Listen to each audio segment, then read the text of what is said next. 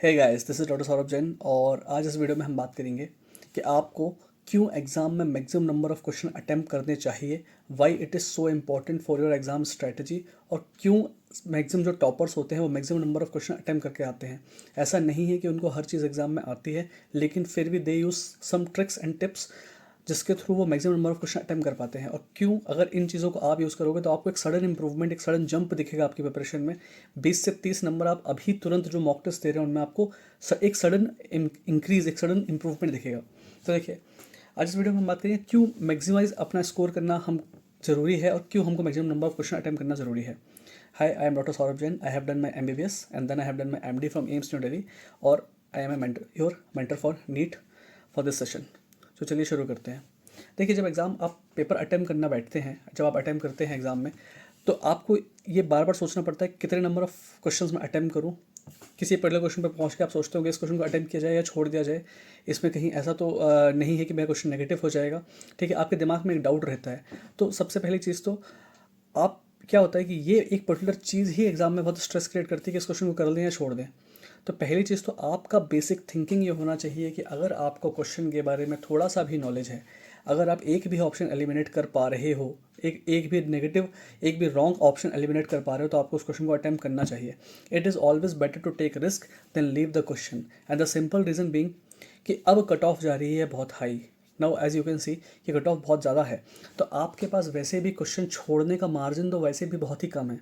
ठीक है, बहुत कम क्वेश्चंस आप छोड़ सकते हो। तो जो क्वेश्चंस आप छोड़ रहे हो, आपको एटलीस्ट ये श्योर होना चाहिए कि जो क्वेश्चन आप छोड़ रहे हो वाकई उसके बारे में आपको कुछ भी नहीं आता, इसलिए आप छोड़ रहे हो। नहीं तो अगर आपको क्वेश्चन के बारे में कुछ भी थोड़ा सा भी नॉलेज है तो आपको वो क्वेश्चन अटेम्प्ट करना चाहिए।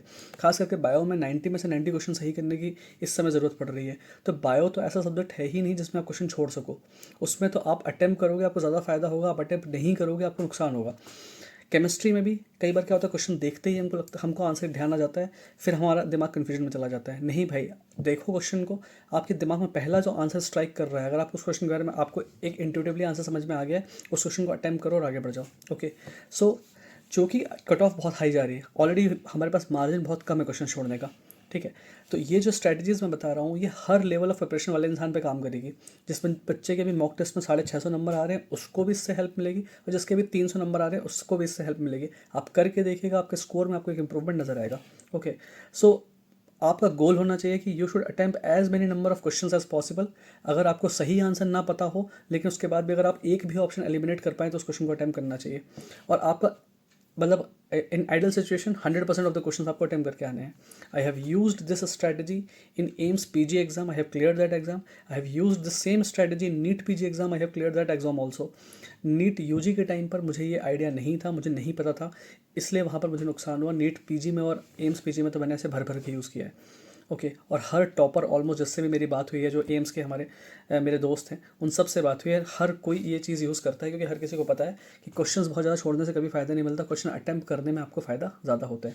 ओके, बात क्या है कि जब हम एग्ज़ाम देने बैठते हैं, we always underestimate our knowledge. हमें हरदम लगता है कि हमें कम आता है, जबकि कई बार हमारे आँख के सामने क्वेश्चन होता है, हमको उसके बारे में नॉलेज होता है, हमारा ब्रेन हमें आंसर बता रहा होता है, लेकिन हम उस क्वेश्चन को अटेम्प्ट नहीं करते, हम डर के मारे उसे छोड़ देते हैं।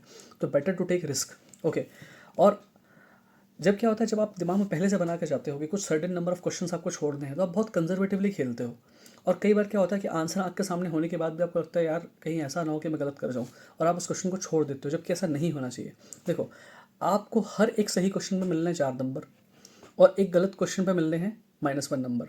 अब बात यह है कि अगर आपने 5 क्वेश्चन अटेम्प्ट किए, ओके, मान लीजिए 5 क्वेश्चन आप छोड़ रहे थे, अगर मान लीजिए आप उन पाँचों क्वेश्चन को अटेम्प्ट कर लेते, अगर 4 क्वेश्चन आपके गलत भी होते और एक क्वेश्चन बाई चांस आपका सही हो जाता, तो भी आपका ओवरऑल 0 ही आना था। ओके, 5 में से आपने एक क्वेश्चन सही किया और 4 गलत हो गए, ओवरऑल 0 आया। लेकिन अगर बाई चांस मान लीजिए उस 5 में से आपके 2 क्वेश्चन सही हो जाते, तो आप हो जाते +3 मार्क्स में, आपको मिल जाते। ओके, नहीं, +3 नहीं, एक्चुअली 8 - 3 +5 मार्क्स आपको मिल जाते। सो प्रोबेबिलिटी, अगर आप मान लीजिए एग्जाम में 15 क्वेश्चन छोड़ रहे हैं, अगर आप 15 के 15 को अटेम्प्ट करते हैं, तो आप अगर केवल 3 क्वेश्चन भी सही कर लेंगे उन 15 में से, तो भी आपको पता है कि आपका ओवरऑल आपको 0 मिलने वाला है। तो इससे बेटर है कि आप क्वेश्चन ज़्यादा अटेम्प्ट करें, क्योंकि जब आपको थोड़ा बहुत भी नॉलेज होता है इन क्वेश्चन के बारे में, तो there is a huge probability कि आपका आंसर सही होगा। और मेरे कहने पे ना जाएं, आप इसको खुद करके देखेंगे तो आपको समझ में आएगा कि हाँ, जो सौरभ सर बोल रहे थे वो बात सही है। Okay, so the thing is कि दैट चूँकि हमारे पास प्लस में 4 है और माइनस में केवल 1 है, इसलिए 5 क्वेश्चन भी अगर आप अटैम्प्ट करते हैं, आप थोड़े से नॉलेज के बेसिस पे करते हैं, आपके अगर आपके 4 क्वेश्चन भी गलत होते हैं, एक भी सही होता है, तो भी ओवरऑल आपको 0 ही मिलता है, जो कि आप पहले भी वैसे भी छोड़ने पे आपको मिलने ही वाला था। ओके, देन देखिए, जब एग्ज़ाम में आपके पास क्वेश्चन आएगा, आपके आँख के सामने आएगा, तो कैसे आप डिसाइड करोगे इसको अटैम्प्ट करना है कि नहीं। अगर आपको उस क्वेश्चन के बारे में नॉलेज है, आपको क्वेश्चन आता है, तो आप कर ही लोगे, तो बात वहीं खत्म हो गई। ओके, अब बात आती है कि अगर आप उस क्वेश्चन के बारे में आपको एग्जैक्ट आंसर नहीं पता है, तो 4 ऑप्शंस में से ये देखिए, क्या कोई एक ऑप्शन है जो आप एलिमिनेट कर पा रहे हो। Other there is one option जिसको आप एलिमिनेट कर सकते हो, कि अगर 4 ऑप्शन में से ए बी सी डी में से अगर से फॉर एग्जांपल आपको समझ में आ गया कि डी तो इसका आंसर बिल्कुल ही नहीं हो सकता, तो अब आपके पास बचे 3 ऑप्शन। अब आपके इस क्वेश्चन को सही करने की प्रोबेबिलिटी होगी 33%। पहले आपके पास थे A B C D 4 option, 4 में से आपको अगर कुछ भी नहीं आता था, तो कोई भी ऑप्शन अगर आप टिक करते, तो आपके सही करने की प्रोबेबिलिटी थी 25%। पर चूंकि अब आपने एक ऑप्शन एलिमिनेट कर दिया, तो अब आपकी प्रोबेबिलिटी हो गई 33%। आपको ये क्वेश्चन अटेम्प्ट करना चाहिए। अगर आप 2 ऑप्शन एलिमिनेट कर पा रहे हैं, तो आपके इस क्वेश्चन को सही करने की प्रोबेबिलिटी हो गई 50%, जो कि और बढ़िया है। ठीक है, और अगर तो डेफिनेटली जब आप ऑप्शन एलिमिनेट कर पा रहे हैं, तब तो आप क्वेश्चन अटेम्प्ट करना ही चाहिए।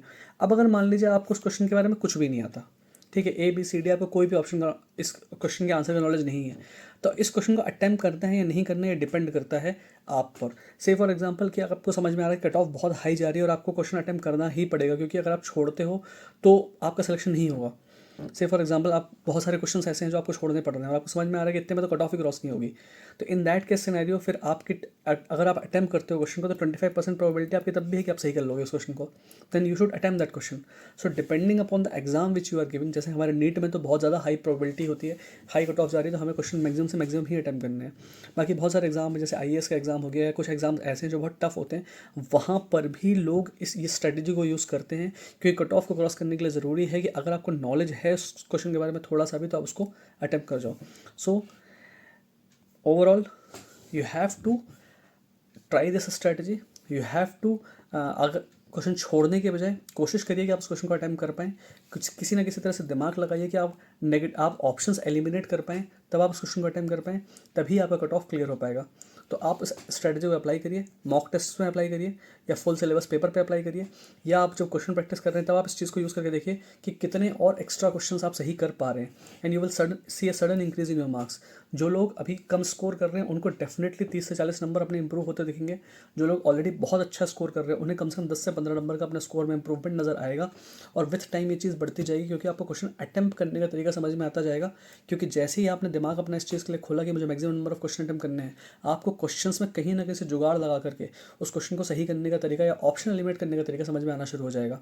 So use this strategy and come back and comment कि आपके कितने परसेंट स्कोर इंप्रूव हुआ है, कितने नंबर आपके इंप्रूव हुए।